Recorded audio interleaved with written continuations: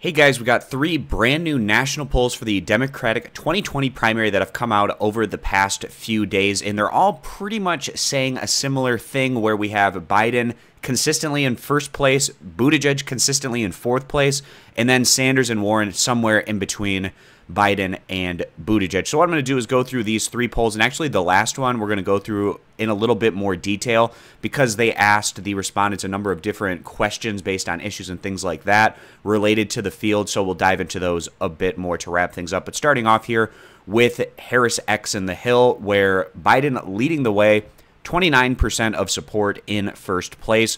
Bernie Sanders in second place at 16%, and then Elizabeth Warren dropping a little bit here to 13 percentage points of support. Now, I completely disagree with the analysis that this article is giving, the fact that Elizabeth Warren is faltering in the polls because of specifically her Medicare for All plan. This is a bit disingenuous in my opinion, because if we take a look at the rise that Elizabeth Warren had over a number of months, why was she able to do that? Why was she able to find so much more success than some of these other Democratic senators, specifically such as, Cory Booker, Amy Klobuchar, Kamala Harris? Elizabeth Warren was kind of in that pack more towards the bottom of the field in single digits earlier on in this process. How was Warren able to separate from those individuals? She did it by constantly releasing very bold progressive policy plans, and she always came out and said that she had a plan for that, a solution to these major problems. And on the debate stage, she was unapologetic about her support for Medicare for All. It was very clear with that in terms of the early on debate stages when she continued to rise in the polls after that point in time. Where she started to falter was more recently over the past month or so, where she equivocated a bit on Medicare for All, putting it into a two-step process, the first step being a bit more of a nod towards the centrist and moderate type plan where you have a public option, and then a couple of years after that, then you try to go for Medicare for All. I think the fact that she moderated, I don't even know if she purposely meant to do that on Medicare for All. I still feel like she's supporting that as the ultimate goal. She just had a little bit of a different way of getting there. But at the end of the day, I think that really hurt her in the numbers, whereas the mainstream media are continuing to say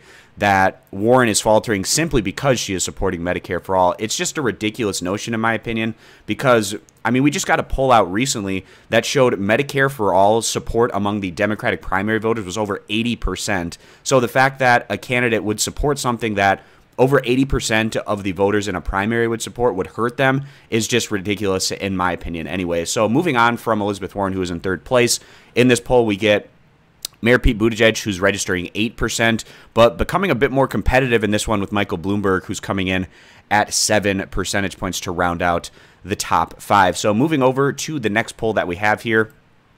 This one is from The Economist and YouGov.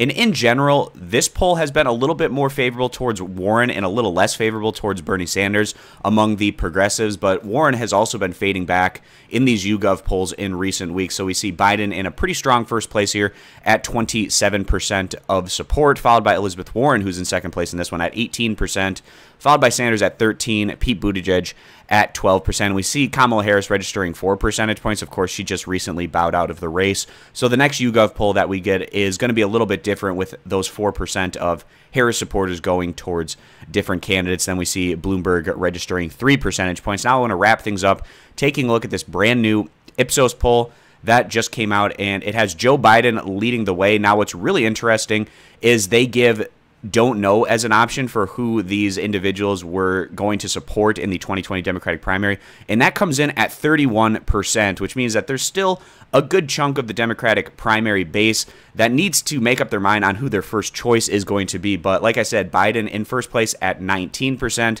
followed by Bernie Sanders in second place at 14%. All of the rest of the candidates are actually registering in single digits, where you have Elizabeth Warren at 9%.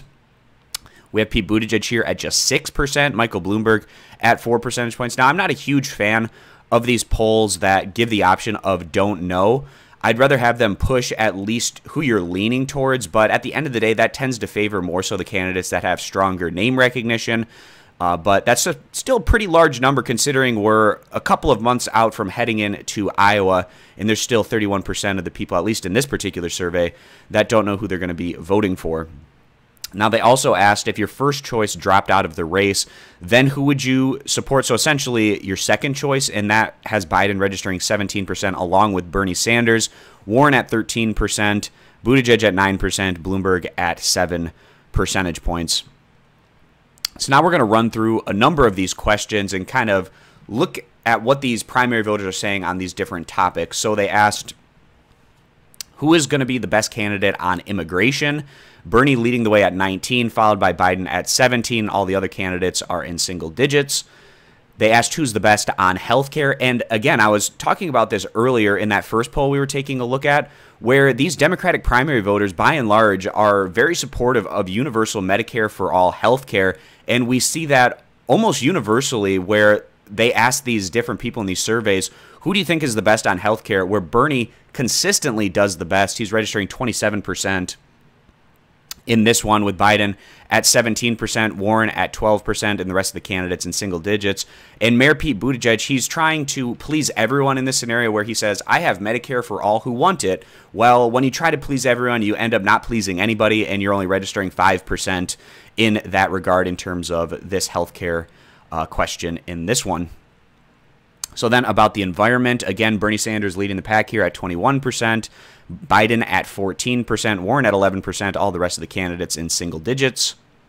The economy and jobs, Biden doing a little bit better in this one, tied with Sanders atop the list, each at 20 percentage points, Warren at 12%, and the rest of the candidates in single digits again. Most likely to beat President Trump, and this is the question that Biden tends to do the best in, and that's the case again here at 29%. Bernie Sanders at 14%, and again, the rest of the candidates in single digits. A strong progressive, of course, Sanders leading the pack on this one at 23, followed by Warren at 16, and apparently 14% of respondents aren't really sure what a strong progressive means as they register behind Joe Biden in that instance, and the rest of the candidates in single digits. Can unify the Democratic Party. Biden at 23% leading the way, Bernie Sanders at 14, Warren at 10, and the rest of the candidates in single digits. And actually, if I had to put it on this particular question, I'd actually probably feel like Elizabeth Warren would probably have the best chance at unifying the Democratic Party, given the fact that she can equivocate and be a bit more friendly to the centrists, but also have these really bold progressive policies. So, you know, just in terms of that capability, Warren might be the best in this particular area. And then a new and different voice, where Buttigieg finally does his best in this one at 16%, but Bernie Sanders also right there at 15, Warren at 12, and Joe Biden at 10. And those are all the different areas that I wanted to touch on in this poll, taking a look at some of these different policy and issue-oriented topics and different things and how the voters are leaning towards these different candidates. So some really interesting numbers. If you'd like to take a look at these 3 separate polls and articles for yourself, I'll link them at the bottom of the video description. For more poll coverage in the future, go ahead and click that subscribe button, and I hope to see you guys back here for my next video.